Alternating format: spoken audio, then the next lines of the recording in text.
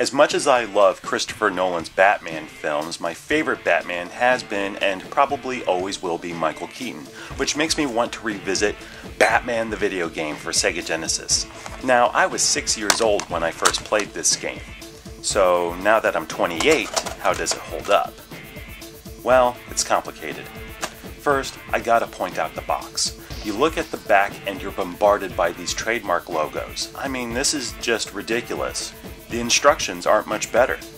If that weren't bad enough, take a gander at the screenshots. That looks like the Nintendo game, doesn't it?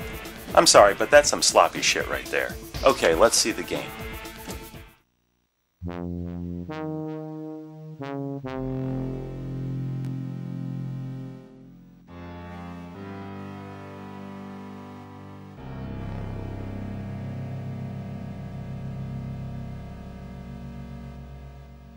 Surprisingly, Batman the video game both looks and feels exactly like Tim Burton's first go with the Caped Crusader. Axis Chemicals, the Flugelheim Museum, and Gotham Cathedral have been ripped straight from the film, and the narrative is in lockstep with the movie.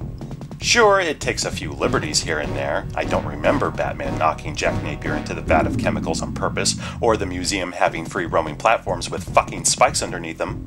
I know it's a video game, I'll back off. This is a straightforward run-and-gun platformer for the most part. You walk from left to right, beating the shit out of generic thugs until you run out of screen, fight a boss, and move on. You do face a wide assortment of villains, everything from street punks and mimes to axe-throwing madmen and wrestlers. Wait, what? Oh, forget it. There are a couple of levels where you drive the Batmobile as well as the Batwing. You see, this is what happens when Batman mates with a shoot-'em-up. I can't even begin to tell you just how grateful I am for these stages. They're fast-paced, and once you've made it this far, a welcome change from all the jumping, dying, and swearing. That platforming is kinda tricky. I mean, just look at this screen.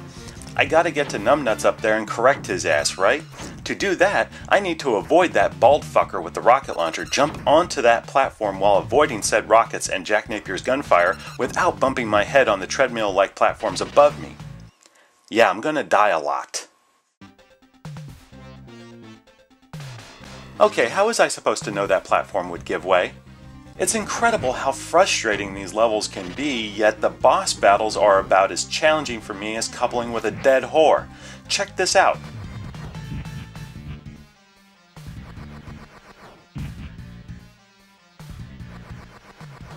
Oh no, I'm not gonna make it. I need a game genie. Please help me. As for the controls, they're passable. It's easy to pick up and play, and response time is decent. The sound, once again, is fucking awesome. The music strays from Danny Elfman's iconic score a bit, but it complements the gameplay very well while staying true to the spirit and tone of Elfman's work. I so want this soundtrack. As good as Batman looks and sounds, it lacks balance, and because of that, it's way too easy. Seriously, I shouldn't be able to kill the Joker without having to see a continue screen once or twice.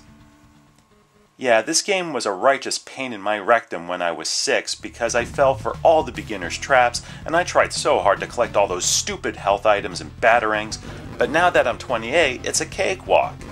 That being said, it's still fun to play.